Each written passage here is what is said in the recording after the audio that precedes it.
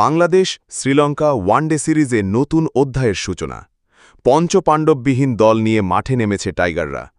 আজ কলম্বোর আর প্রেমাদাসা স্টেডিয়ামে শ্রীলঙ্কার বিপক্ষে ৩ ম্যাচ ওয়ানডে সিরিজের প্রথম ম্যাচে মাঠে নেমেছে বাংলাদেশ। তবে এই ম্যাচটি বাংলাদেশের ক্রিকেট ইতিহাসে এক নতুন অধ্যায়ের সূচনা করেছে। কারণ প্রায় ২০ বছর ৩৩১ দিন পর প্রথমবারের মতো কোনো ওয়ানডে ম্যাচে পঞ্চপাণ্ডব খ্যাত মাশরাফি বিন মুর্তুজা, সাকিব আল হাসান, তামিম ইকবাল, মুশফিকুর রহিম এবং মাহমুদুল্লাহ রিয়াদ এই ৫ অভিজ্ঞ তারকার কেউই দলে নেই।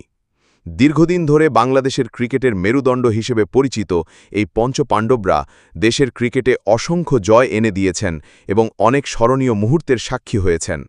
মাশরাফি আন্তর্জাতিক ক্রিকেট থেকে বিদায় নিয়েছেন। তামিম ইকবাল ৩ ফরম্যাট থেকেই অবসর নিয়েছেন। সাকিব আল হাসান বর্তমানে জাতীয় দলের বাইরে এবং মাহমুদুল্লাহ রিয়াদও নিয়েছেন অবসর। মুশফিক শুধু খেলেন টেস্ট, বাকি ফরম্যাট থেকে নিয়েছেন অবসর। মেহেদী হাসান মিরাজের নেতৃত্বে ১৫ সদস্যের এই তরুণ দলটি বাংলাদেশের জন্য এক বড় চ্যালেঞ্জের মুখোমুখি।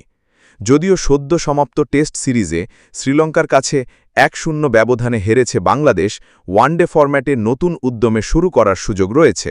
গত ২০২৪ সালে দেশের মাটিতে শ্রীলঙ্কাকে ২-১ ব্যবধানে হারিয়েছিল টাইগাররা। এছাড়া এশিয়া কাপ ও বিশ্বকাপেও শ্রীলঙ্কাকে হারানোর অভিজ্ঞতা আছে বাংলাদেশের। এই সিরিজটি নতুন প্রজন্মের ক্রিকেটারদের জন্য নিজেদের প্রমাণ করার এক বিশাল সুযোগ।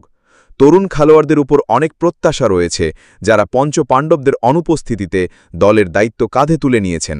এই দল কি পারবে দেশের ক্রিকেটকে নতুন উচ্চতায় নিয়ে যেতে? সময় বলে দেবে। সম্মানিত দর্শক, আমাদের ভিডিও আপনার ভালো লাগলে চ্যানেলটি সাবস্ক্রাইব করুন।